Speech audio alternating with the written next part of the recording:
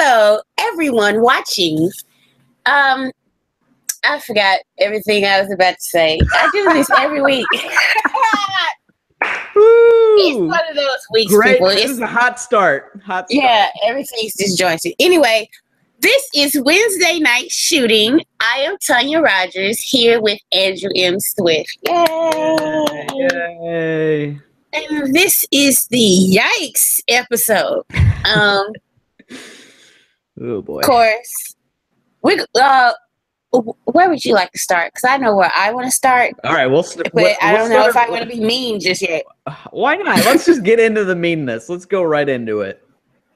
Okay, well, we'll get into the reason why this episode is called the Yikes episode. And I'm going to... Yeah, the initial reason. And I'm going to have to call somebody to front the class. Oh, I know boy. I don't want to do it. Oh, boy. Yeah.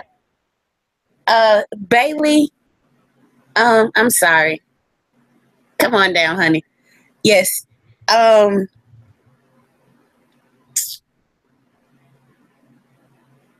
a WWE superstar,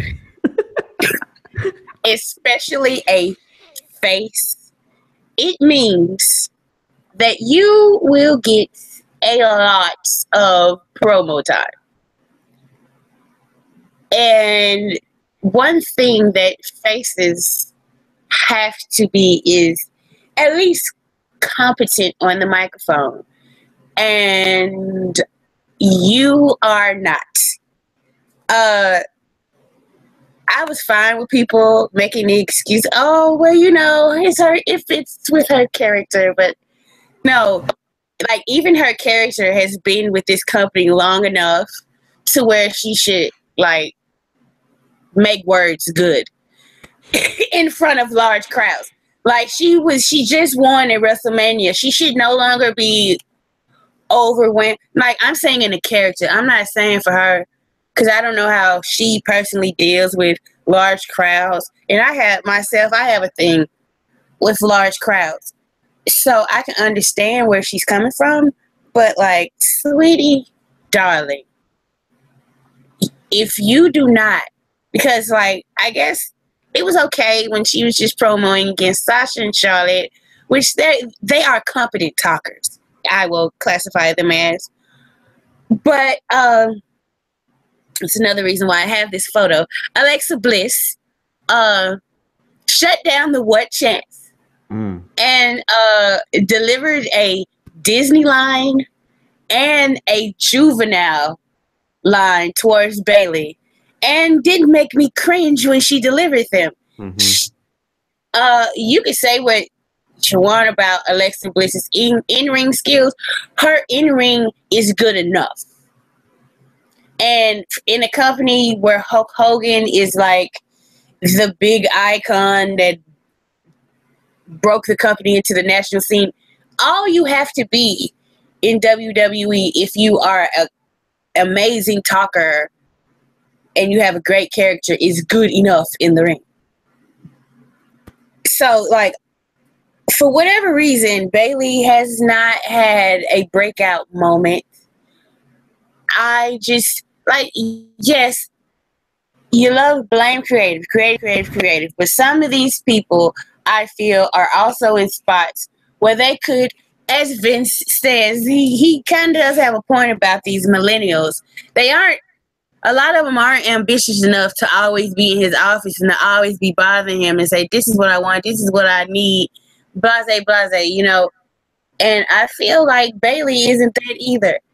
And I said this about Sasha, but Bailey, you need to find your confidence, because you already know who your character is, but you need to find that confidence in your words, because kids might always still like you, but you also do need adults to like you, because I swear to God, it was not big, but I swear to God, I heard some boos when she was talking on Monday, and it kind of scared me. So, like, just practice on that. You got everything else. Just, I don't know what you need to do, but promo to everybody. Talk to everybody like you're having a promo. I don't know, but do something to build up your confidence, because, girl, like, everybody in the division, and not just on Raw.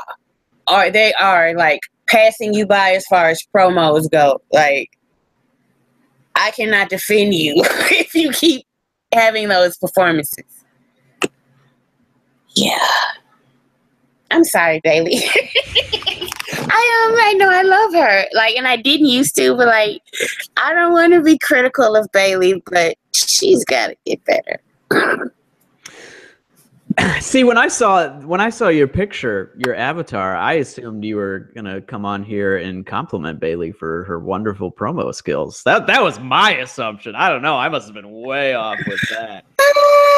Okay. Ooh, boy. No. Yeah. It was rough, wasn't it? It was really rough. And it's interesting. Like earlier today, I was in the daily, someone posted a GIF of her from 2 weeks before Brooklyn, like doing before the #1 contenders match with Becky. And like before they break for commercial, I've watched this like a billion times, so I know exactly what this is. Before they break for commercial, she like looks over at Sasha on commentary and does like a little like shows her hands around her waist like she's gonna win the belt or whatever, and then does a little dance or whatever. And it's like, yeah, she seems like she's having fun there. And it was like, why does that not seem at all the case anymore? And then I like went and looked at do you remember when she like teamed with New Day against, I don't even know who it was against, but like her first or second week?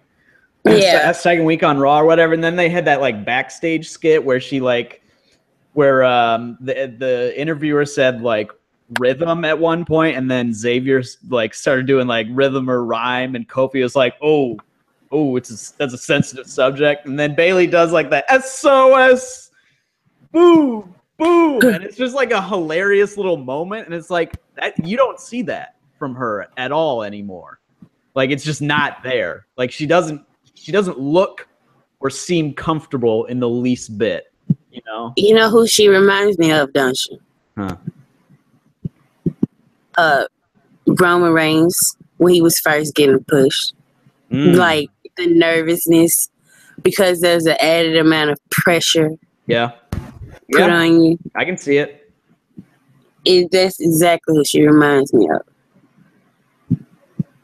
Yeah, that makes a lot of sense. And I feel like, I don't know, like that pressure is something. And I also just feel like people just seem generally like down in NXT or over on SmackDown. They just, I don't know, everything seems a little bit more lighthearted, and Raw seems a little bit more serious. And that works for some people. Like that worked very well for like Charlotte's character. But for people who are a little goofier, that doesn't necessarily work all that well. And I feel like that's kind of hurt Bailey a little bit. I don't know. It's not been good, has it? It's gotten worse. It's gotten to the point where it's like, oh boy, like Sasha has to come bail Bailey out. Which is not what's actually happening. Like, it's scripted, so Sasha comes out. That's what WWE thinks, obviously, because they have her finishing Bailey's promos now. Right. Yeah, that's absolutely how it comes across. Like, it's like, oh, Bailey's struggling. So here comes Sasha, and and then all of a sudden Sasha looks like a fantastic talker compared to Bailey. I don't know. It's definitely a skill she's needed to work on forever. We've all known this, and it's just kind of another thing about how we always talk about how WWE doesn't, well, especially on Raw, doesn't like maximize strengths and minimize weaknesses. Like, putting Bailey out to cut promos, extended promos in the ring it's not her. Like, she'll get to a point where she's like okay at it, but that's not her. It's like backstage interactions with a whole bunch of different people to like really mesh her into the universe and like feel like a central figure in the terms of like all the good people like her and all the bad people hate her just because she's Bailey, Right. And they don't do that. And so that's very frustrating. So all we see now is like Alexa coming out and fucking being dynamite talker, because she is a dynamite talker. And then in comparison, it's just like, yeah, I'm going to cheer Alexa. Like when she shuts down the what chance. And then Bailey's like, da, da, da, da, you know, I'm like, yeah, let's go Lexi, you know. And I feel like that's how a lot of like young adult men, like 25-year-old men, are responding. And I also feel like just saying, oh well, her gimmick, using her gimmick, it's handicapped her in a way. Yeah. And I also don't agree. There have been innocent. I don't like to bring up this example because like of what they did with the character, but the guy Nick Dinsmore played Eugene, and Eugene was kind of like, you know, this naive character or whatever, but he could still talk. You know what I mean? Yeah. So she has got to improve on that. But like, yeah, and if not, it's gonna be rough, and she's gonna get lost in the shuffle. And like, I don't feel like there is the same amount of like smart support that Bailey has is compared to somebody like Becky. Like, if Becky's not on Falls by the Wayside, it is the end of the world. You know what I mean? Yeah. And I just don't. It may happen, but I just don't think that if like Bailey gets lost in the shuffle, she'll just be lost. I don't think people are going to care that much. I hope that's not the case, but it kind of feels like, whatever, you know. Mm-hmm. It's kind of sad because I was just thinking about it, and I was like, I don't want them to start over with Bailey, but I kind of wanted them to show me like the hugging side of her, because I was like watching old gifs of her the other day of, you know, like when her character first came and she was just hugging everybody, and I was like, this, like they just call her a hugger, but like that part of her character wasn't shown to the Raw audience. And that's something that I think would endear her more. Like if she, instead of just right from the jump, like they introduced her and they're putting her against Charlotte immediately, maybe just bring her up as Sasha's friend. She's going around and meeting like she was a starstruck fan, and she's on Raw, and they could have had her meeting Stephanie like, oh my God, it's you, like, you know what I mean? It's Stephanie looking like, what? It's her trying to hug Stephanie. That would have been right. That would have been a good bit for sure. That would have been a good bit, and like they could have had her with like, oh my God, they could have did a scene with her and Paul Heyman and Brock Lesnar. And she meeting them and just like jumping around like she's Brock. Couldn't you see that? And that's something I think would have endeared the audience to her before she ever touched championship gold. And it's like certain people kind of that don't watch NXT, they're a little bit resentful of NXT call-ups that get just plopped on the show, and they're like, hey, you loved them in NXT? I'm like, actually, no, I don't watch that show. I don't watch it, yeah. I don't know. So they're less, I think that kind of forms a resentment for some people where they're less inclined to like this person because WWE told them, hey, you loved them in NXT. You're like, no, I didn't. I don't know these people. You need to they have to earn it with me. Yeah. I'm not one of those NXT fans, which is weird. Show, don't tell, you know? Right. And they constantly, like, Carmella is nothing like she was in NXT. Nothing. Pretty much. Nothing like she was in NXT, really. And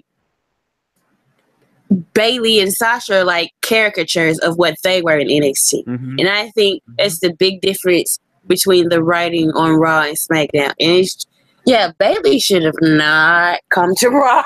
Right? Becky would have done much better in this spot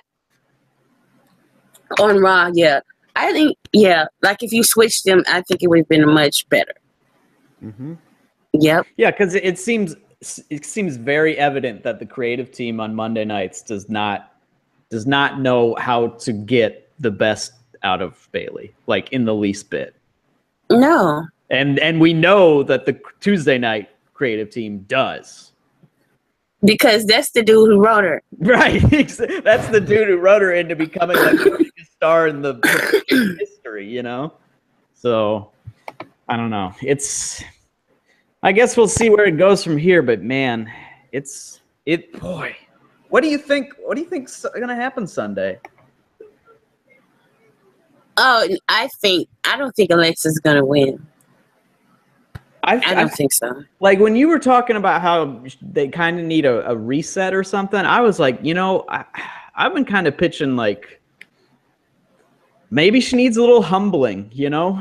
She needs like a humbling of like losing in her hometown in front of her dad, and like Alexa cheats the shit out of her and wins the title, you know? And she needs to have like a come to Jesus moment where, you know, she rediscovers herself, because I feel like she's not herself right now, and she needs to get back to that. So I don't know. That was one way that popped through my head. But then if you do that, of course, there's going to be, if Alexa wins, immediately people are going to start turning on Alexa then, because they'll be like, oh, look at her. Blah, blah, blah. She got pushed on both shows. You know, like it's.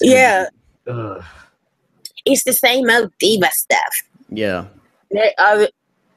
Of course, it's never going to be a reasonable discussion about why Alexa is getting put in this position.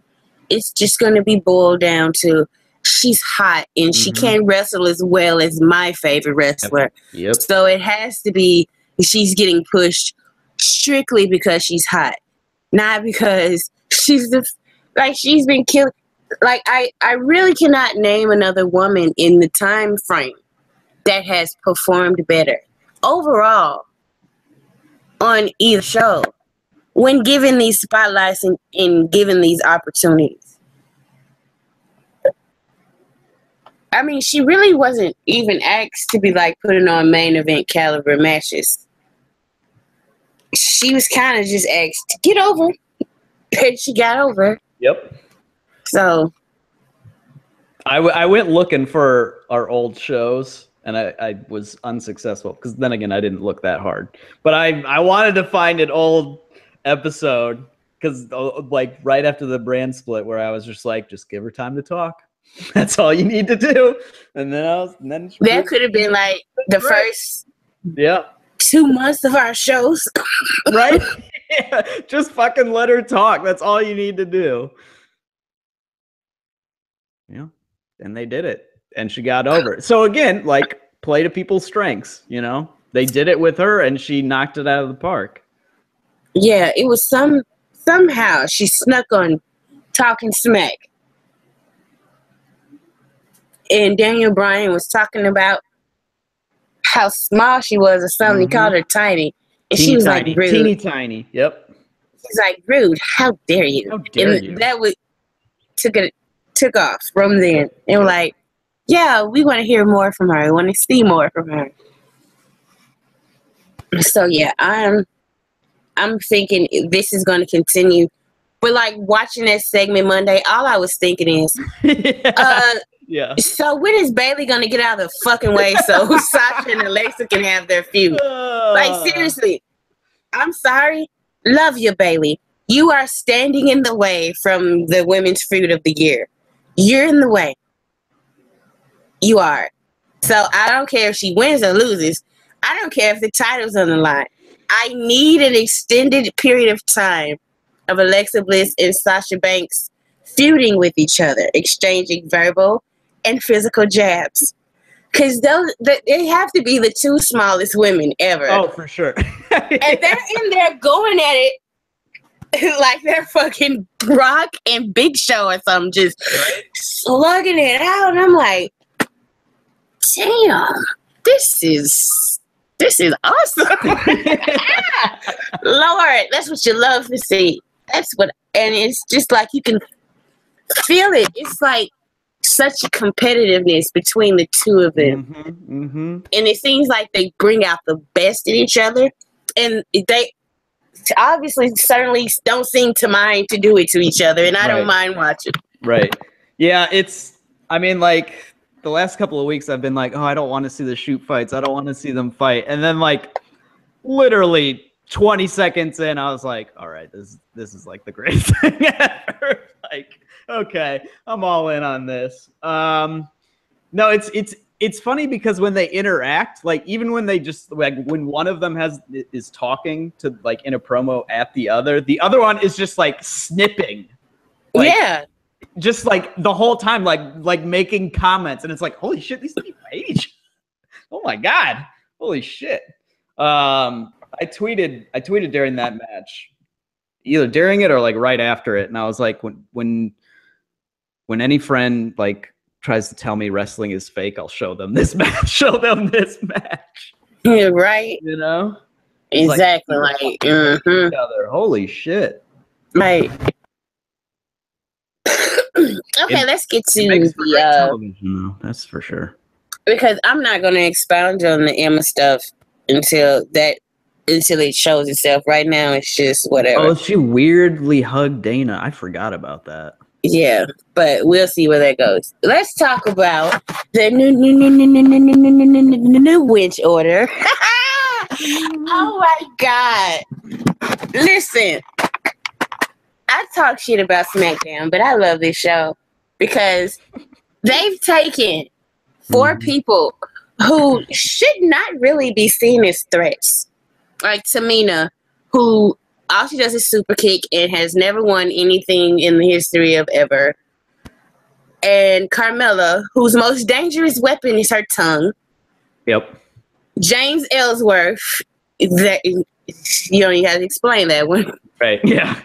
And Natalya, who still is remembered in certain circles for her farting gimmick. Mm.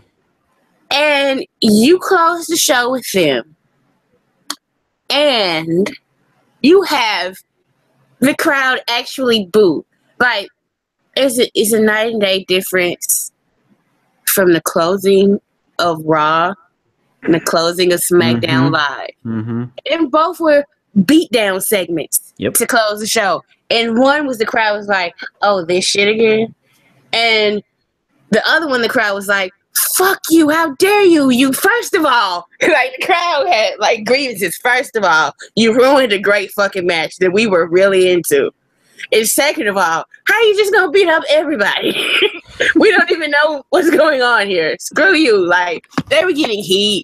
Natalya had a look on her face like, fucking finally. Like, I'm so glad I did not give up and retire like most of the women that started with me. Like, this is like, I'm so happy for her because she had a look on her face like she is ready.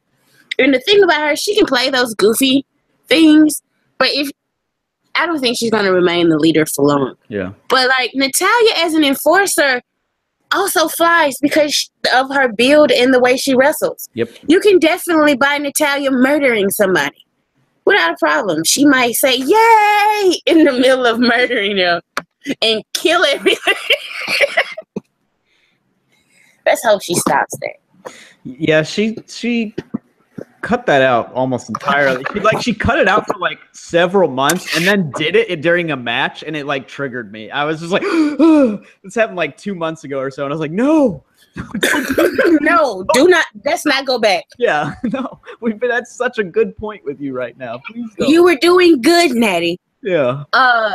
So a lot of things. First of all, a lot of things. People, I don't know the end game, but for the next few months at least, Charlotte's going to be a face. So everybody's like, no, she's going to be horrible as a face. That, what you witnessed last night, if that wasn't a face turn, like, how does this angle even fly? Then I'm supposed to cheer those people, but they also beat up Naomi. And you better not tell me I'm supposed to cheer somebody who beat up Naomi. Yeah. Because I will cut a bitch. Like, that's what solidified it for me. Charlotte was like, they pulled Naomi out of the ring and went straight for Charlotte. Then Naomi went in to help. Yeah. That's what signified to me, okay, the lines have been crossed. Charlotte is no longer a person I am supposed to be booing. at that very moment when Naomi went to help her. Yep. Yeah, Becky didn't need to come out. Well, but okay, all right. We'll get to that. Yeah, we'll get to that. But I don't know how it's going to work, but I don't think she's going to be the robot that she was when she was a face on the main roster. Right. Like, if they write it properly, she doesn't have to change much about herself because she's been winning matches clean for a while now. So if she just like comes across like the tweet she sent, you mean like always? Well, it's not always. I know. Back when Rick was around. Yeah. And Dana Brooke, right in the beginning. I forgot about that entirely. I forgot that was a thing. Look, I legit think that maybe they were like, fuck it, Charlotte will just win clean. Because Dana Brooke was fucking up all the finishes and interferences. Shit. Was she not? Fuck. It's Dana's fault. And then they probably were just like, fuck it, just let her win clean. Because when they needed Dana to come out, like absolutely needed her, they pulled her out of nowhere so she could come out and interfere so Sasha could help Bayley. So like I was thinking maybe Charlotte wasn't supposed to win those clean, but they couldn't trust Dana Brooke to pull it off. Wow, that has opened my eyes. Holy shit. Right? Yeah. Yeah. Take that. So like when people, that's why I always make the argument when like, well, so-and-so carried that match. Well, at least the other person was able to be carried because everybody is not. As Dana Brooke always illustrates. Thank you, Dana Brooke. For being an illustrative example. Yeah. Thank you. I think Charlotte as a face, I think it could be interesting because I think they're gonna have her like, they're not like next week. They're not gonna immediately have her like be like, oh, I'm a good person.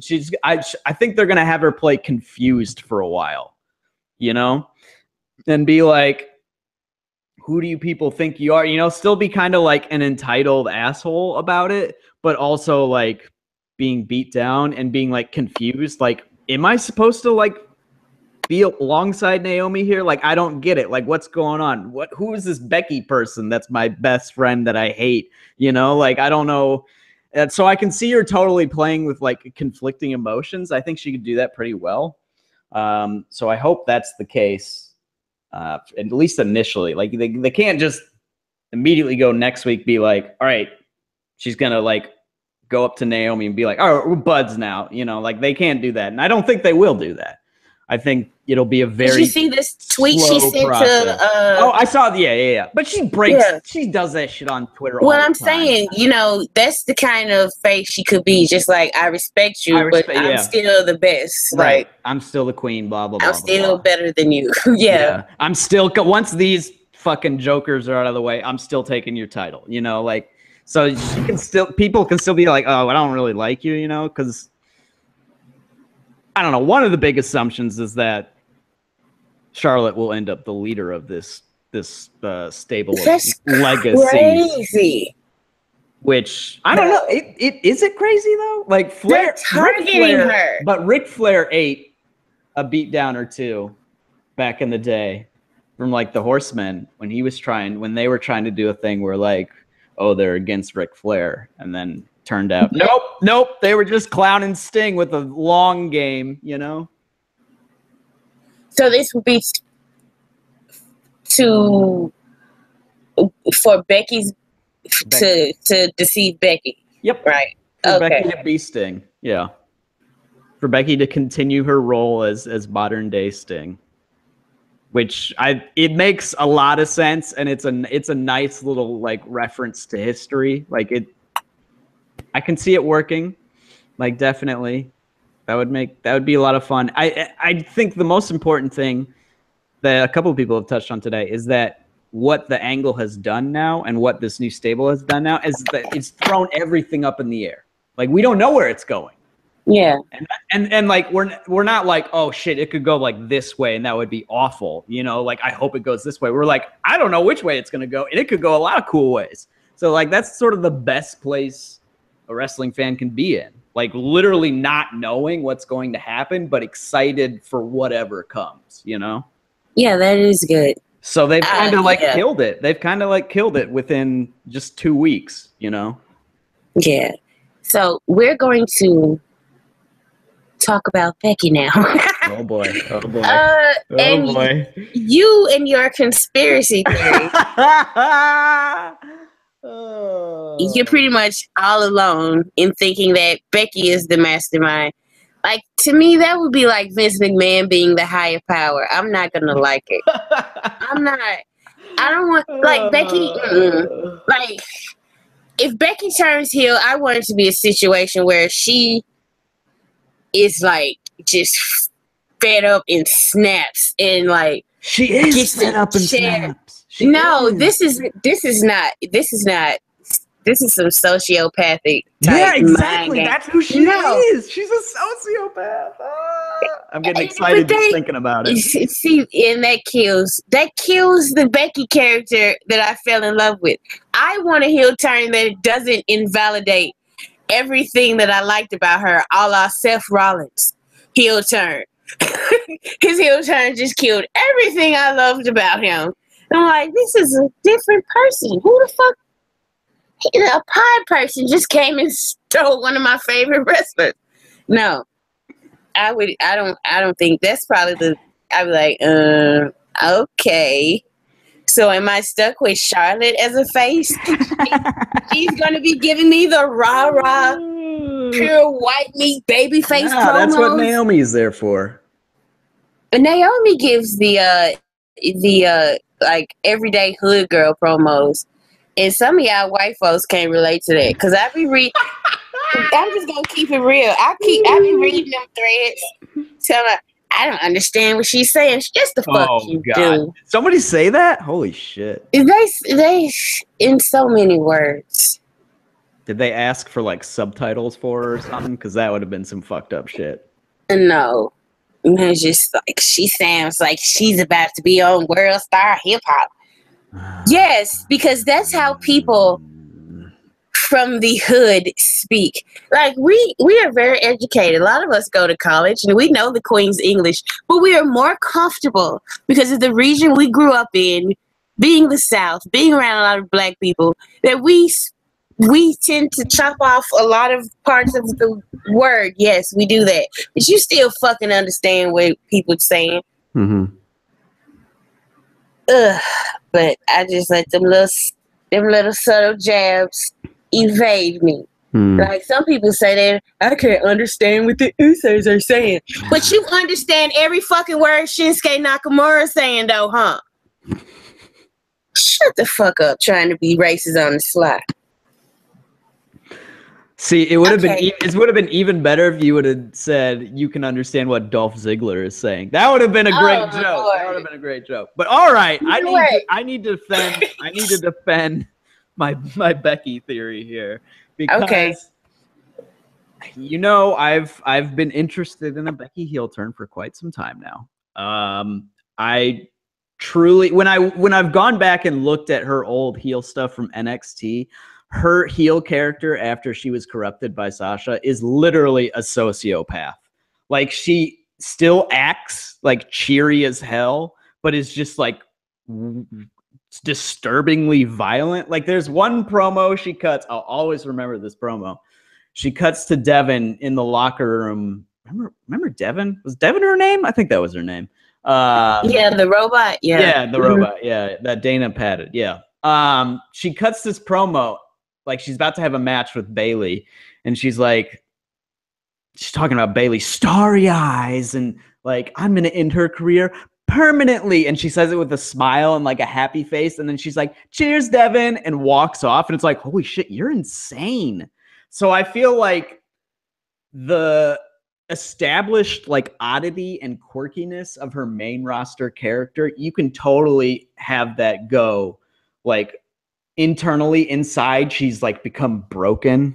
Not to use the Matt Hardy thing or whatever, but just like a broken shell of her happy-go-lucky self, and she just like starts manipulating things and being crazy, but also like being cheery as hell and still telling awful puns and just like doing it in a way that like just disturbs people. I feel like she would fucking kill that. I feel like she would kill that role so much, and I want it so bad that I've worked myself into a shoot on it for sure, no doubt about it. However, you know what? I'll agree to that. Yeah. However, I'm just saying, I tweeted last night. Did you see this on Talking Smack? Yeah, I saw it. Yeah. I tweeted after, like, when Becky was winding up her interview on Talking Smack, I tweeted in all caps, of course. Don't listen to her lies. Becky Lynch is an evil mastermind. Literally within a minute. Bang! That was on the Talking Smack crawl. I popped so hard. And I was like, see, they want to get that theory out. WWE is telling us that's what's happening. And no one's listening because it's just an all caps tweet from me on the Talking Smack crawl. It's a bummer, people. Open your eyes. Get woke to Becky Lynch's evilness. Anyway, okay, I'm over with that now. Okay. I can't get jiggy. I'm telling you, like, I can't get with it. I hope it's not.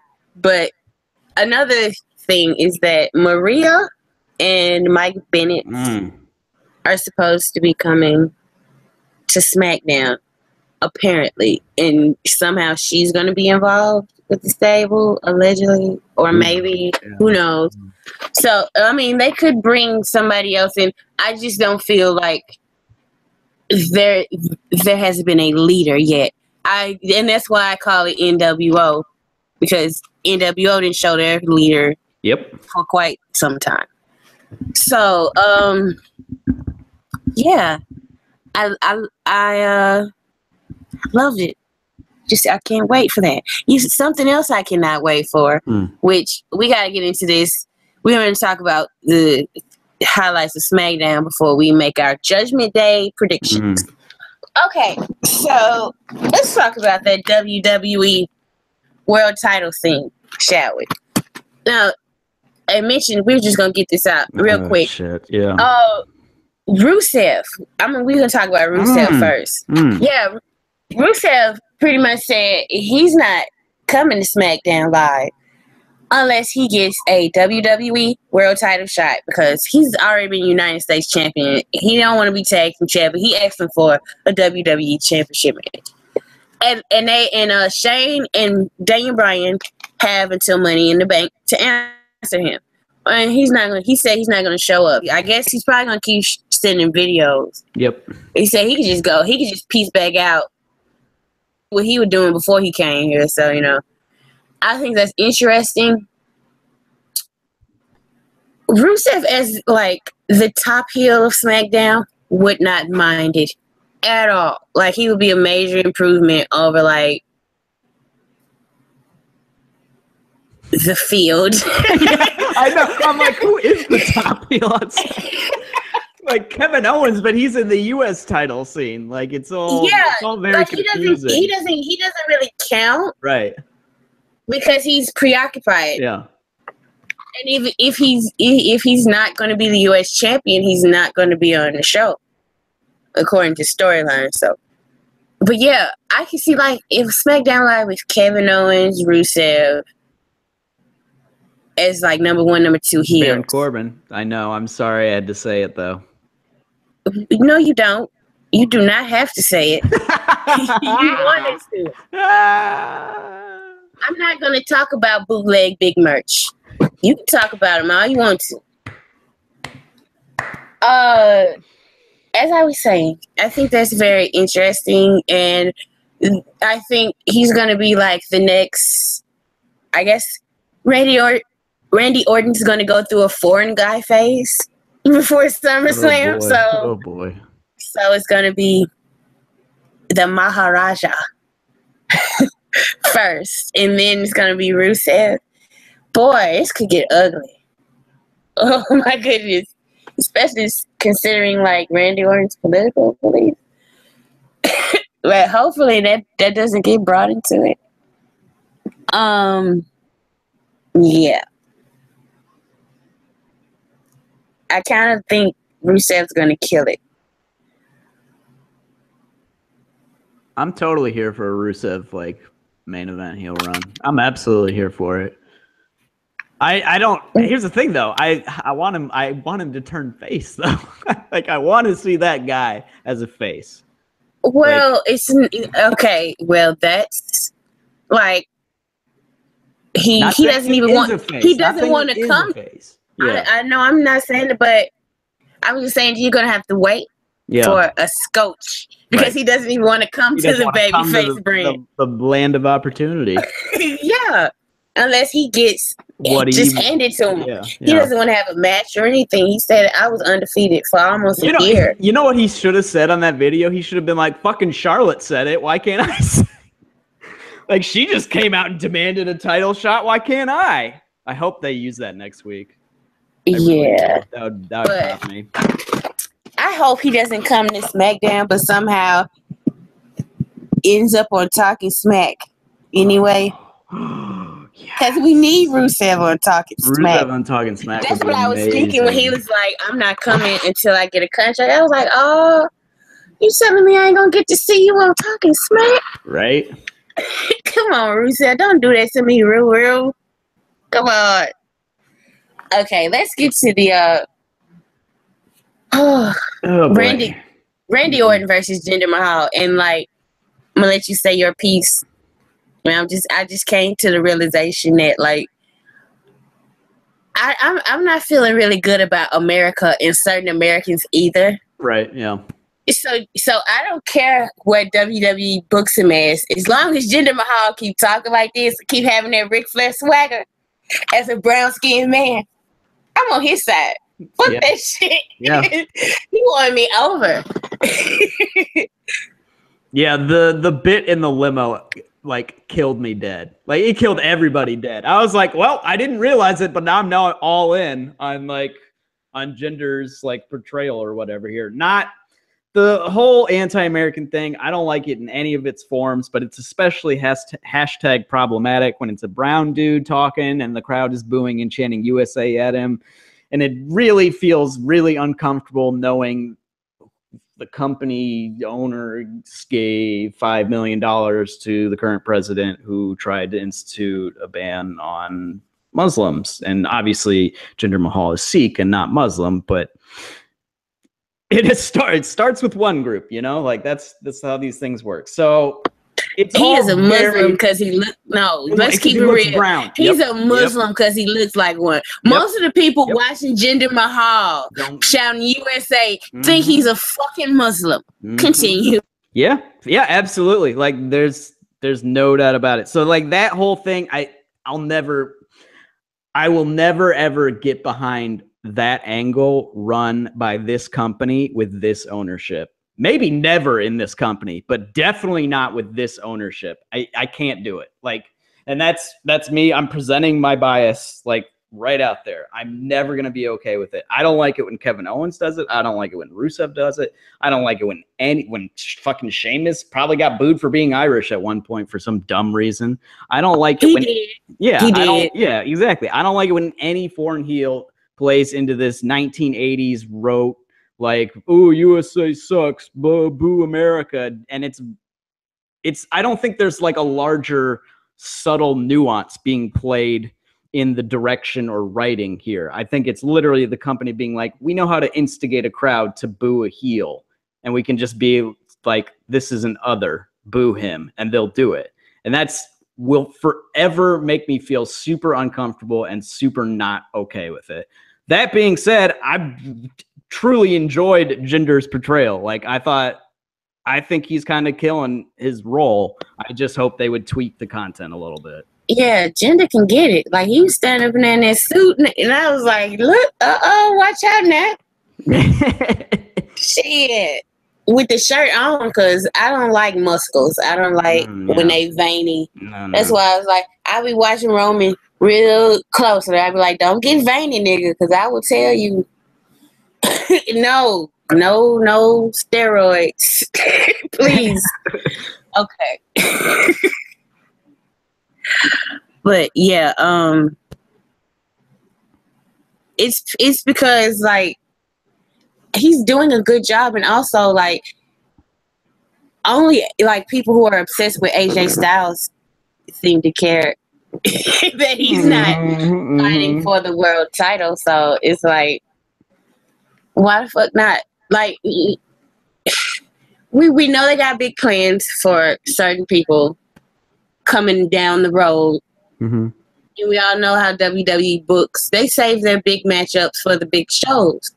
So in the meantime, if somebody can get some extra exposure, and it's not just an also ran, and you also don't want to have somebody like Sami Zayn in that position, in case you want to push him, maybe don't put him in the angle with Randy Orton and job him out for no reason. Right. When you can have Jinder Mahal there. Because, like, yeah. I don't, like, because the angle Rusev has, he's probably getting a title shot. Yeah. Like, this kind of seems like, or if not, what is the point of him having, like, the gimmick, and then he doesn't get what he wants, but he still shows up? And you might as well just, like, release him then, right? Right, seriously. Just go back to Raw or some shit at that point. So, because Rusev seems to be lined up in the future, I don't imagine a world where they're going to run Rusev versus Jinder anywhere. I mean, they were former tag partners. But they're both still heels. I know. And one, like, and I don't see that changing yet. So Randy Orton's going to beat Jinder, then beat Rusev, and go to SummerSlam. Probably face AJ. SummerSlam is 4 full months away. That is a long time. That's a lot of months of boring Randy Orton. Yeah. Oh my God. Yeah. Jesus H Christ. Right. Wow. It's not good. I don't want Orton on the brand anymore. Like, seriously. Yeah, I agree. Make him a part-timer and send him on Raw. And have him put him in the part-timers division. Yeah.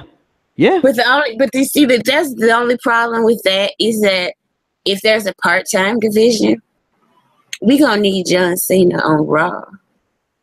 He's a part-timer now. No, but John doesn't want to go to yeah. Excuses. We gotta have one part-timer. Shit. Well, you could trade. You could get Brock. No, fuck no. I'd rather have I don't know if I'd rather have. Would you rather have Randy Orton or Brock? Actually, I would rather have Brock because he'd be gone most of the time. Right. Okay with that? Yeah, sure. Listen, you're right that Randy Orton being the champion until SummerSlam does not seem like the best recipe. But at least I feel like there's going to be position for unknown guys to get their names elevated a bit. I don't think they're going to be elevated by working with Randy. Yeah, I guess it depends. He's kind of like Brock too, where it's like he don't want to give you anything. He won't. Yeah, he will not. So who knows how the matches will look? But like this is SmackDown anyway, so it's not like AJ Styles is still there, so we're gonna at least get a good quality match out of him. Mm-hmm. And he's in the mid card, being boysenberried by the WWE. He's probably going to be facing Kevin Owens after Kevin Owens defeats Chris Jericho. Yep. And I'm kind of looking forward. I think Kevin Owens might actually not use a headlock if he faces AJ. I'm excited to see what happens. Or if he does it in an interesting way. Yeah. Something to that. Yeah, I feel like AJ, they'd be going over the match before, and AJ be like, "I'm not sitting in a fucking headlock for 4 minutes at a time. Like, fuck you. Like, no, that's not happening. You know." Yeah, KO be like, and then I put the headlock, and then it's just like, and then what? And then I slip out of it immediately. Like, yeah, then I'm gonna slip out of it and reverse it on you or what? Like, no, we're not just sitting here. Yeah, that's not happening. Headlock. Yeah. Choco Taco brings up a good point in the thread. Money in the Bank is a SmackDown show. And that yes, it is. When is that? Is that in June? I'm going to look this up. Is it in June? I thought it was usually in July, but I don't know. I don't know. Where the fuck is this? June 18th. Oh, my God. June. Oh, no. June 18th. Okay, I see. Do you see where it is? I see what he said. I see what he said. And to this comment, Choco Taco, I say I would rather have Randy Orton as the champion for the next 2 years. Well, than your outcome. I hate to break it to you, but I can. You don't hate to break nothing to me. You don't hate it. I can see Orton being cashed in on that night, Money in the Bank, because guess where that pay-per-view is? St. Louis, Missouri. St. Louis, Missouri. So if you want to position a new young heel to get some real heat when he cashes in, because Lord knows he don't have no heat right now. He doesn't. Yeah. No, he doesn't. Because people always pop for cash-ins, but that is a way to guarantee they will not pop for the cash-in. If he cashes in, that's interesting. Now, as soon as I looked at that, I was like, well. Oh, joy. How are you gonna feel when Baron Corbin is WWE champion, Tonya? Let's talk about this. How am I gonna feel? How are you gonna feel?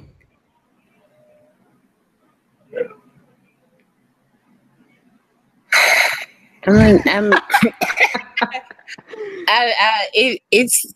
don't know. I really don't. I'm not gonna enjoy it, but whatever. Like, he's not. Like, he's just there annoying me. He's like an annoyance. He's like a constant reminder of what could be. What could and should be. And would be so much better. So much better. He's had a solid push for a year, and he still comes out to indifference. So he can be the champ all he wants, but nobody's chanting that let's go Corbin or Corbin sucks. They're not chanting either of those things. Dueling chants before. I've heard them. Oh, let me get my shit out. This is the hate Baron Corbin segment of the show. No. Oh no! Yes, he's. Look. I used to kind of dig him until I connected some dots and did some math, and I was like, oh shit, this is supposed to be Roman Reigns. So that kind of pissed me off. It did. Like, I kind of wish Vince wasn't so in love with him. God, that's what it boils down to. I'm taking it out on Baron. I am. But hey, Roman gets booed because of Vince, so fuck it. I'm going to hate Baron Corbin because of Vince. And that's my rationale. I'll hate it.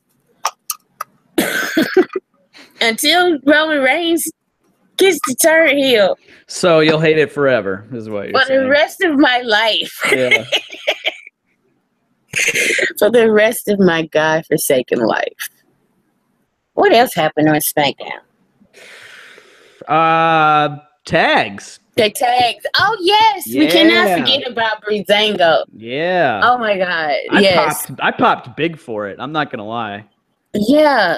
That's another thing. SmackDown gives you those moments, though. Mm-hmm. That Raw rarely does. SmackDown gives them to you consistently. Like, just people that you like, and you just want to see them do something worthwhile. Yep. And freaking Fandango versus, oh my God, Fandango, Breezango, the Usos. I love all of these dudes. I was like, okay, this is gonna be crazy. Who like they're running 2 heel teams, and like I don't think they need to turn anybody. Just have them ragging on each other until the pay-per-view. Yeah. And there you go. And it's gonna be a fun match because they're like 4 good workers. Yep. Wow. Yeah, I hope they get time. Fun feud. Yeah, I think it's going to be a blast. I think they're really going to do a lot with this feud. I'm looking forward to it quite a bit. You say it's going to be a fun match, and I know this for a fact because most people probably do not know this or do not remember this. But the dark match at Battleground 2016 at the Verizon Center in Washington, D.C. was the Usos versus Breezango. And Breezango won, actually. They put Breezango over in the dark match, and the crowd was firmly on Breezango's side, by the way. This was clear. This was still when the Usos were face and associated with Roman, so they had that baggage with them. But crowd was very firmly pro Breezango, and clearly the crowd was not inherently anti-face, given the reception that they gave Bayley like 10 minutes later. Oh no, Breezango was the shiznit. That's why they were behind them. It was a lot of fun. Yeah, those are some talented guys, and this is what going there, doing your job, being entertaining, and it's not whining and bitching about your spot. Sometimes you do get rewarded for that. Because, everybody can't be main event. But everybody does have a role to play. Yep. And if, there's a reason why R-Truth has had a job at that company for so goddamn long, Yep. And some people like, well, that wouldn't be enough for me. Or I'm like, shit, he's feeding his family just fine. He's living an amazing life, get to travel all over the world.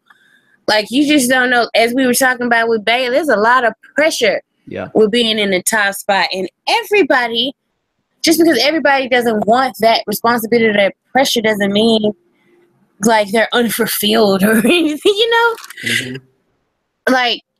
So it's great to see those 2 guys getting a title shot, no matter what happens. I don't care if they win. Why the fuck not?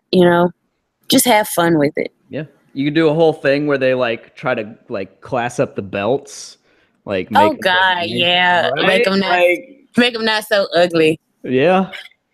Oh yeah, they called the Usos what they called them the Uggos. The Uggos. Oh god, I was like, okay, it is going to be some funny moments. Yeah, because the Usos all hopped up on coke. And dressing, just come out and say it. Yeah, dressing like gangsters. Breezango, all metrosexual and offended by the mere thought of people like the Usos. Oh, I cannot wait till they interact. Cannot wait. Yeah, that's gonna be a lot of fun. It's gonna be a hoot. Yes. Speaking of something that might not be a lot of fun. Judgment. Payback. Yeah. I'm going to call it Judgment twice Day. You called it Judgment Day. I was going to call it Judgment Day again. I was going to wait to see how long it would. I was just like, I'm just going to let it go. I know, right? We could have convinced people that it actually is Judgment Day. I bet we could have done it. We probably could. Yeah. Is there going to be a Judgment Day? Is there? I don't think so. I don't know why the hell I don't believe in there. that whole shit. So, what a dumb joke that was. I'm so sorry. But oh boy, that's bad. Okay. That was almost as bad as when Bayley arm wrestled Dana Brooke on Raw.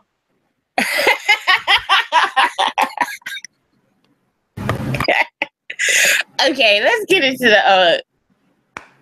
the predictions for Payback. I'm saying I'm gonna do the preview for the site, and I'm gonna write Judgment Day. And Sean's gonna send me an email like, "Are you okay? You need a break or something?" Okay, Enzo and Big Cass versus Luke Gallows and Carl Anderson, which is the kickoff match. Two things. First, how many times are these guys going to face each other? and two, like, why? Like, what? Do you even care who wins this match? Not at all. So we can move on to the next thing, right? Yeah. Yep. Like, who the fuck cares? Miz TV with special guest Finn Balor. Well, this is what I hope. I really hope Finn Balor addresses why he's been tagging with Seth Rollins. I'm dead fucking serious. Especially since, like, I follow him on Twitter, and I think he's frustrated with his character. Cause that was sarcasm in the highest level. He tweeted, need a partner. Dial 1-800-FIN, and then he put up a graphic 1-800-FIN. So it's like, I'm thinking he must know his plans moving forward, and he's just gonna be doing a whole bunch of tag teaming with the man who injured him last year. Like, I really hope they address that, and I really hope nothing with Bray Wyatt happens. That's all. Yeah, they should just drop that entirely. Yeah, I'll forget about it. We don't have to. It never happened. It didn't. Happen. So, what are you hoping for? I hope Finn and Miz start a feud like that shit. That sounds great. You know, like that sounds like it would be a lot of fun. But holy shit, Bray Wyatt's gonna show up during the segment, and I'm gonna walk to the kitchen and pour myself another glass of red wine. That's what's gonna happen. I guarantee it. At that point, in fact, I might just grab the bottle and just take it back to the couch and be like, well, here we go. Bray Wyatt showed up. So. Already going with the bottle. Fuck the glass. That's crazy. Okay, so WWE Cruiserweight Champion Neville versus Austin Aries. Who do you have? I don't know what they're doing. I mean, like, I put on 205 Live last night, and I had it like on in the background, and I watched a little bit of it. I don't know like when they're gonna take the title off Neville, if they need to take the title off Neville. I don't think they do. Like, but I don't know where anything is going really. I don't know who's going to be the eventual winner if it's not Aries. I don't think Aries needs to win the title by any means. He's already an established guy, but I don't know. I think it's going to be a fun match probably. Fucking that shithead TJP is going to get involved, and screw that guy. He's a douchebag. He's annoying as hell. He needs to change his music too, or his entrance. TJP, ladies and gentlemen, he is currently enjoying and saving all of the fanfic that people write about him. He's doing that as we speak. So creepy. He's enjoying and saving it. How creepy was that? I can't. If I was like a female in that locker room, I would like fucking avoid him like a holy shit. No. That is the creepiest possible thing you can say about your coworkers. I would be stunned if that dude did not get called into human resources like the next fucking day. Be like, all right, let's look at this tweet you sent. Teach. Do you enjoy and save just the heterosexual? I hope that. Or the homosexual. Yeah. I hope the gimmick. I hope he comes out at some point. I didn't mean to like make a comes out pun, but I hope he comes out and like just been like, no, I don't care about the shit with the girls. I just like the emotional attachment with the men. Be like, not even the physical shit, but just the emotional. So be like, all right, okay. All right. There you go. Yep. Do your thing, Live your truth, sir. Live your truth. Oh, boy. Oh, okay. Well, I don't think Neville's going to drop the title, though. No, Neville's the man. I don't think they're going to get rid of, Yeah. Okay.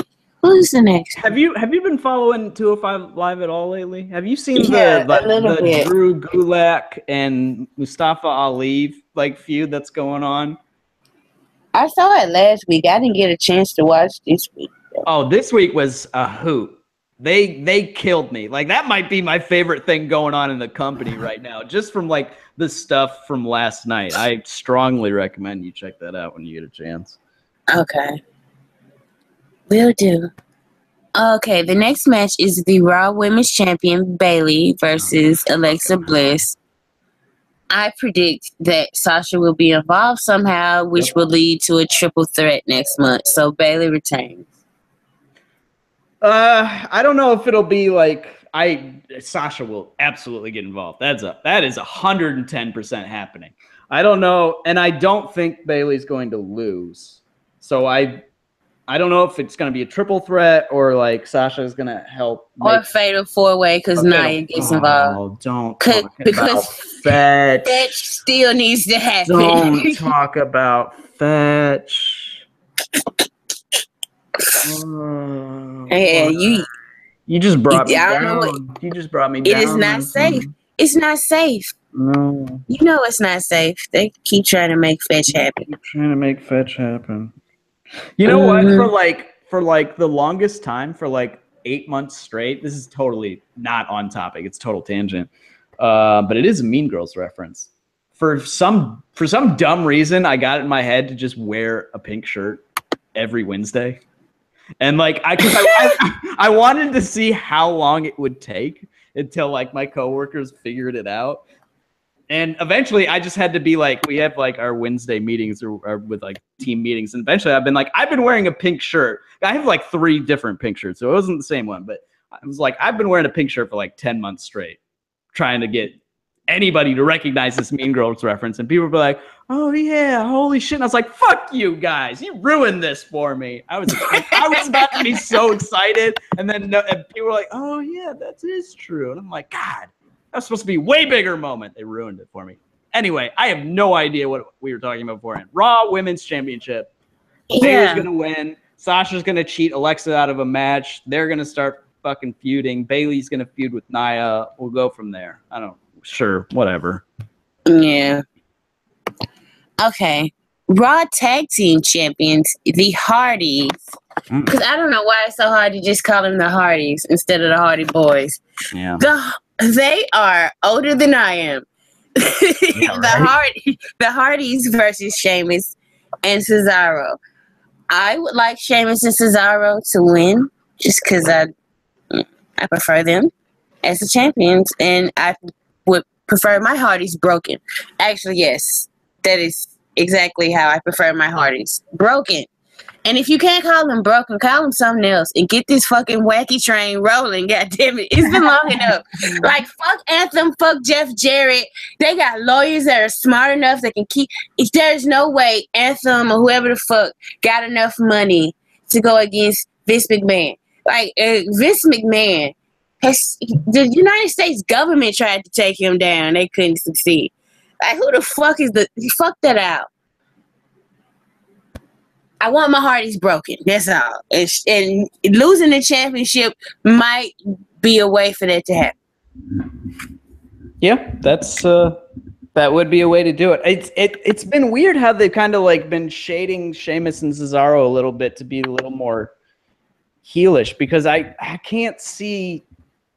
First of all, they're like just over as like a babyface team now, and I can't. Yeah. And like Cesaro as a heel just doesn't. They don't play, you know? So I don't know. He's got too much offense to be a heel. Exactly. Yeah. Way too much. I don't know. I have no idea what's going to happen in that match. I just hope it's a good match. That's all I care about. Me too. What else is on the card? I don't even know. We have Kevin Owens versus Chris Jericho. We both pretty much KO's going to win. We already talked about that. Owens is going to win that. There's no drama in that whatsoever. I'll tell you what, if fucking Jericho wins that match, I am going to be pissed. Oh, boy. So don't have that happen. That's weird. Like, no, don't do that. Don't do that. That's stupid. Would be the biggest Why would you do that? Ever. That would be the biggest. Why would you do that? That would be the biggest. Why would you do that? Piss everybody off. Yeah, that would be the biggest. Why would you do that? Yeah, who the fuck been talking to Vince Russo? I thought we established. Yeah.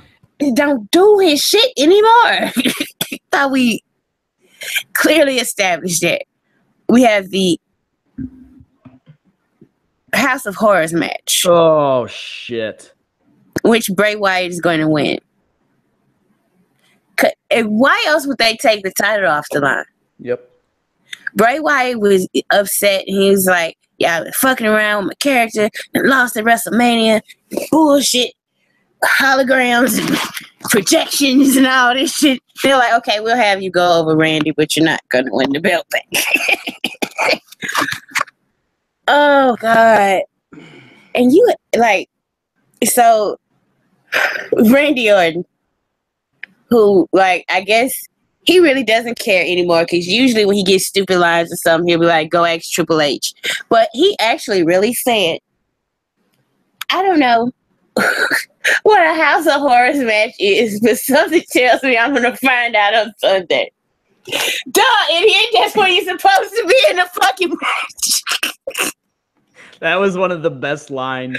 That was that line killed me. It was oh boy. He does not care anymore. That's what they showed me. Fuck.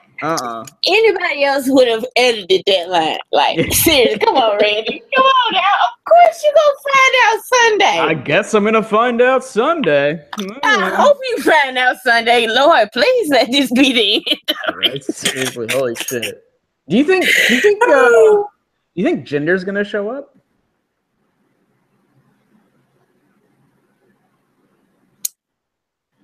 No, I don't. I don't think that'd be some is. fucking hilarious shit if they did this Wyatt gimmick match and then Orton was still about to win and then Jinder Mahal interfered. Jinder and the Singh brothers interfered and then dragged Wyatt's corpse over Randy and had him pin him. That seems like apropos for Bray Wyatt's station in WWE. It is. You don't even get to win your signature match. I guess this is his signature match. Title, yeah, right, yeah. Yeah. Seth Rollins versus Samoa Joe. That's on the card. I did not even know that. It is on the card. I did not know that. And Samoa Joe, after the first 2 or 3 weeks, that's why I didn't get that happy. Oh yeah, they're doing him so well. Yes, because they were actually building for Triple H's match. That's why they were doing Samoa Joe so well. Triple H is going on vacation, and Samoa Joe character has gone on vacation as well, ladies and gentlemen, because he had a small promo, and all he pretty much said was that this match was for what Seth Rollins did to Triple H and Stephanie at WrestleMania. I bullshit you not. I heard it with my own ears. So, yes. That is a signal in my brain to not give a fuck. Mm-hmm. This is supposed to be over. This is why. Yes. The Authority did a lot of good things for Daniel Bryan. I will agree on that. But to an extent, Daniel Bryan actually helped the Authority seem more essential and important to the show. I legit think Daniel Bryan was so hot, you could have put any heel. It didn't need to be Stephanie. It didn't need to be Triple H. You just needed to set an obstacle in front of him and let him knock it the fuck down in WrestleMania. It's not that goddamn complex. But of course, it has to be Triple H. It has to be. He's the number one heel, so it has to be. And his character is fucking ruining Raw. His character, not the McMahon's character. His character, Triple H's character. The guy who always needs to be number one, always mentioned, always the most important aspect of the show. That is neither of the McMahons. I'm sorry. Not even Stephanie. When people make jokes, she started the women's revolution, but she doesn't have women doing her bidding for her. Nobody's wrestling in the name of Stephanie McMahon. Samoa Joe is literally going to wrestle Seth Rollins for Triple fucking H. I'm sorry. I'm so sick and tired of this, though. I can't have many more years of this. It's fucking ridiculous, Andrew. Lord.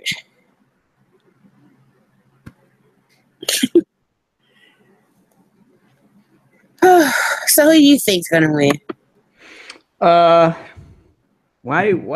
It seems odd to put Seth over Paul and then have him lose at the next pay-per-view. So I'm gonna go with Seth Rollins, whatever the fuck his name is. I don't even know.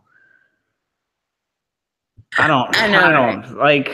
This pay-per-view, like, we're going through it, and like, I don't know if I'm gonna be.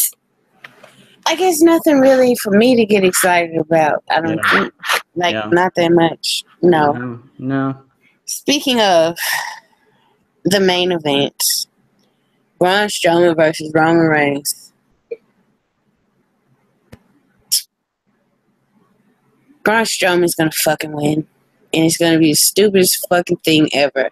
The man just fucking retires The Undertaker. I don't care if he actually does get hit by an ambulance, then struck by the lightning. He just beats one of, like, the biggest characters in WWE history. In his very next pay-per-view match, you're going to have him get pinned. Like, that would be the stupidest fucking thing. So, WWE, I'm going to tell you what the fuck you should do. No contest. Since you obviously want to have Braun go on and lose to Brock. No fucking contest. Please do not have Roman lose his first fucking match after retiring The Undertaker. Or, like, seriously, like, the bullshit is, like, it's not funny. This fucking joke, it's not funny. I'm sorry. So are you really certain that Roman's gonna lose? I have no idea how to feel about this match. Why else are they having it? Roman just beat him. There's no stipulation like that's been set on. The rumor was an ambulance match, but either way, why have, like, after Roman beat him and people were like, well, Braun, he doesn't give up on things. Okay, yeah, that's a part of his character, but, like, why? What does this fucking prove? He tossed him on an ambulance. He still lost. They're gonna kill it, or what are they gonna have him lose twice in a row, and then have him face Brock and lose? Then you might as well just go ahead and put him back with Bray Wyatt, like right now. What else is the point? All this time building this man up for him to lose to the same person twice. No. I don't think so. Especially if he is facing Brock. No.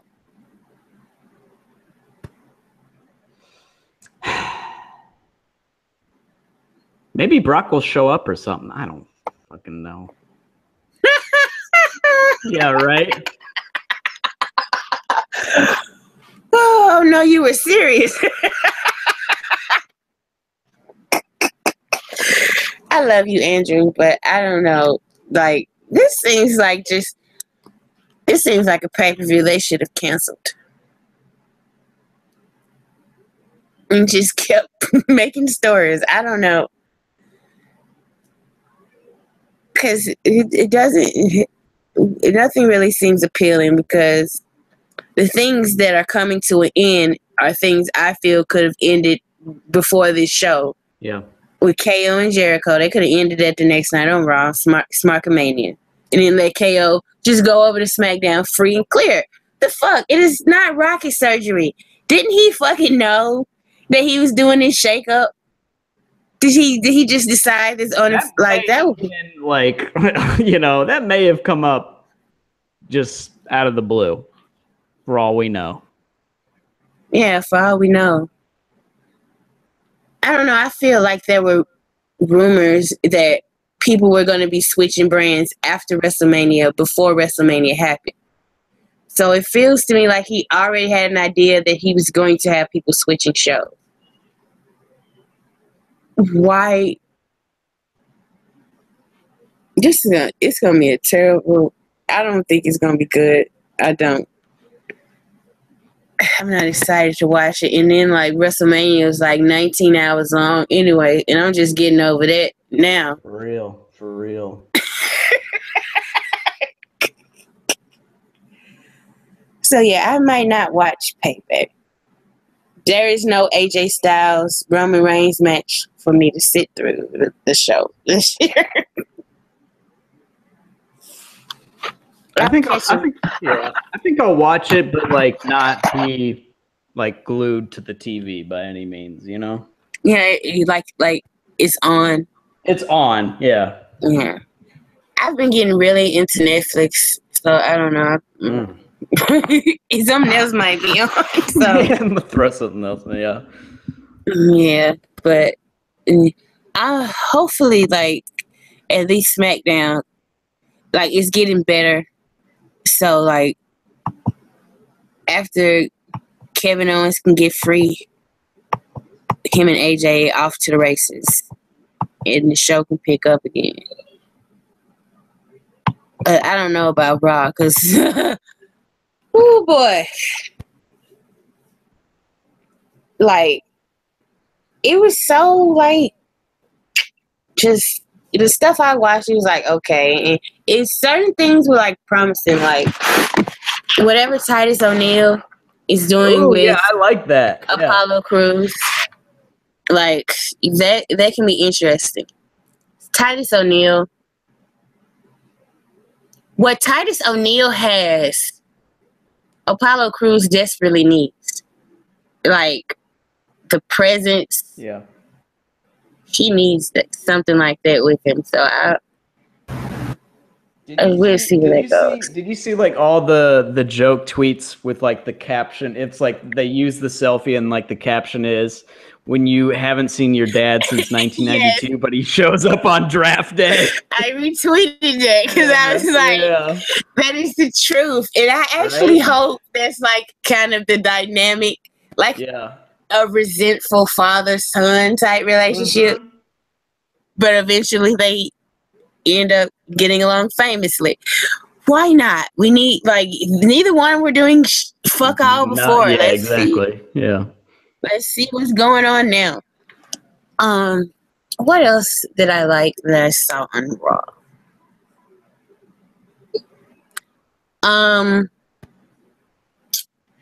The Miz. He's still The Miz, but it feels different on Raw to me. It's not the same. It feels less important. It does. It feels like a joke on Raw. Yeah. And I don't know why that is yet, because he's still the same. But it feels like a joke on Raw, and I don't like that. I didn't like watching it. Because, I didn't watch last week, so. I think he is put down a little, like physically put down a little bit more on Raw versus like SmackDown. He would like avoid punish. He'd like slip out of the ring or something and run away. Versus like he just eats like dirty deeds every week now, you know? Yeah. But like on SmackDown, he'd be like, he'd get out of the way. It would happen sometimes, but not like every week, like punked out, you know? Yeah. That's been my impression for the first couple of weeks at least. Yeah. There is something wrestling related that I wanted to cover, but it's not from any current. It's from Mrs. CM Punk. Oh boy. Yeah. Oh boy. Like, okay. The attitude that AJ Lee has is the same attitude that people have against, like, women who didn't start in NXT. Like, all the Divas era women, pretty much. And it's like a bias towards these women because of who they are, pretty much, or who they are perceived to be. So apparently, I read on Twitter There's a part of AJ Lee's new book that's out that talks. She's talking to her future daughter, actually, in which, if I got a chance to sit down and talk with her, I'm a mother of 2 daughters, and I would tell her, whatever issues you have with other women, you should really try to resolve those before you want to raise a woman. It's because what I saw was her pretty much painting women who do a certain action into a certain light, and I really didn't appreciate it. Like, I don't take a lot of selfies, but I have a sister who does, and my sister was overweight most of her life, and didn't like the way she looks. She's gotten to shape. She's still plus size, but she's like really into clothes and how she looks, and she takes selfies all the time, and she wants people to see her and see her look pretty, and I don't think there's anything wrong with it. She's not inviting anybody to sexually harass her. She does not deserve that. And the fact that a woman is putting that message out there, that's harmful. That reinforces that those guys who see a woman, and I don't care if she's straight up in a thong bikini and leaving very little to the imagination, that is still a human being. She still deserves respect. That's still somebody's mother. That's still somebody's daughter. And you wouldn't want anybody related to you to be treated like that. And, like, I don't even call myself a feminist just because, like, my mother raised me. Like, it's just fucking... It's not feminism. It's like life. It's just how shit's supposed to go. Of course I can do anything a man does. We're all fucking human. Like, it's... so, like, when you call yourself a feminist, and then you put other people down, and then you participate in angles where, like, you potentially have hurt the brand of your fellow peers by saying that pretty much they fuck their way to the top, when you yourself was married to one of the top guys in the company. You sound like an idiot. You look like a hypocrite. And it makes women like me lose the respect that we had for you.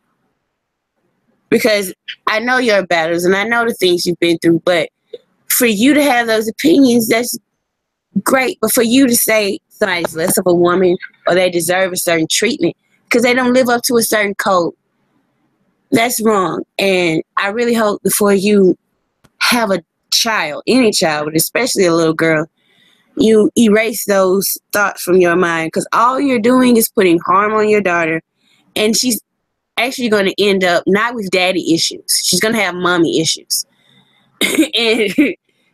and they're equally as bad, trust me. And oh, by the way, making fun of girls with daddy issues, I have daddy issues because my daddy was a fucked up individual, not because anything was wrong with me. That's all I have to say to AJ Lee. Do you have anything you want to add to that? Nope, I think you covered it pretty well.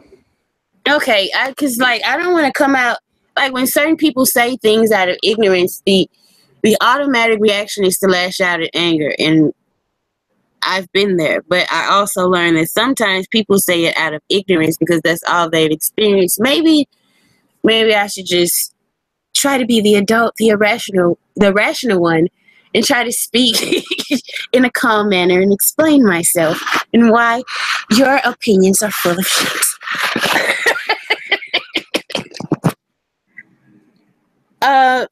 Yeah, is there anything you do want to further discuss or talk about?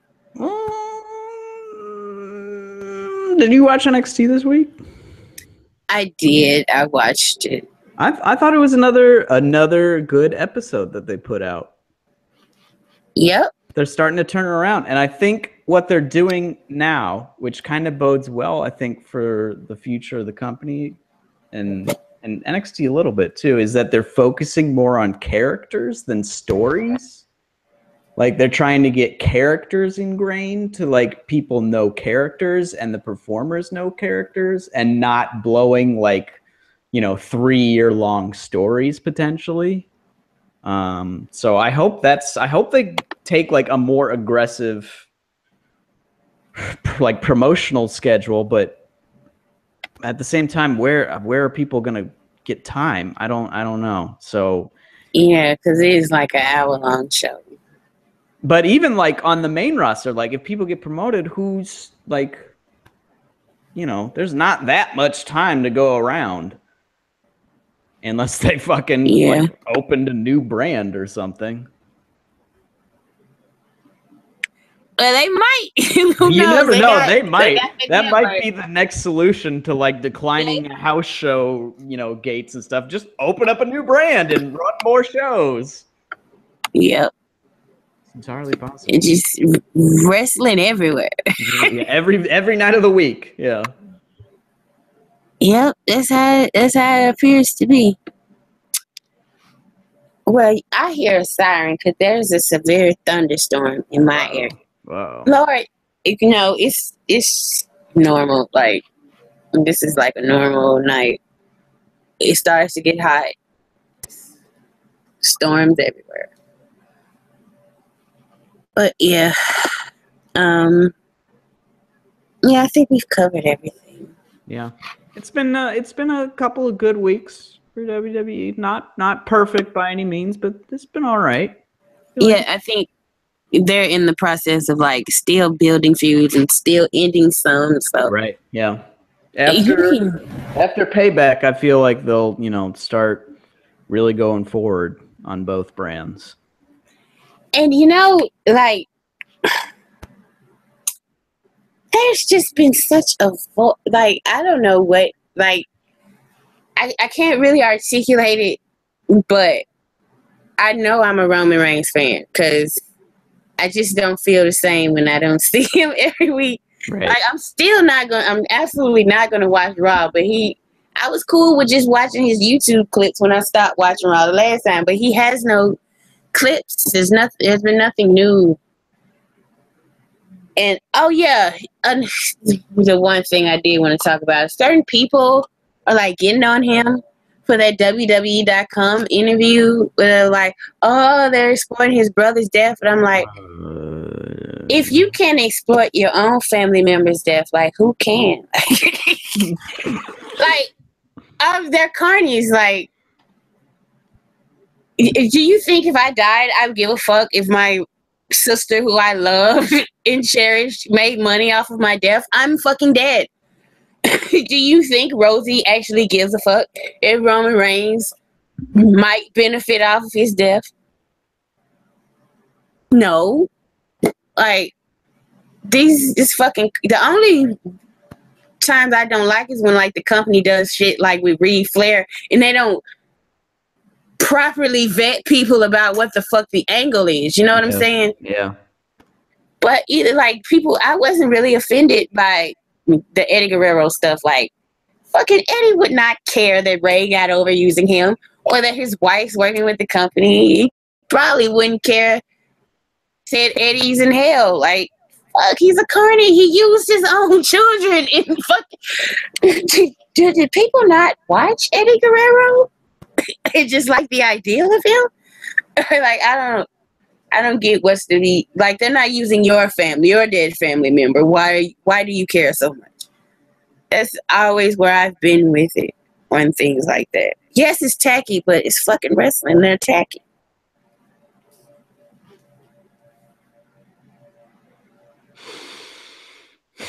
Yep. People are shitty. People are shitty, man. Like, they are. They're not good. No. So, I guess you can just get on out of here. Well, folks, it's been a rough couple of days for our girl Bailey. So, what you need to not do is you need to not go watch Bailey have an arm wrestling contest with Dana Brooke. You need to go hug yourself.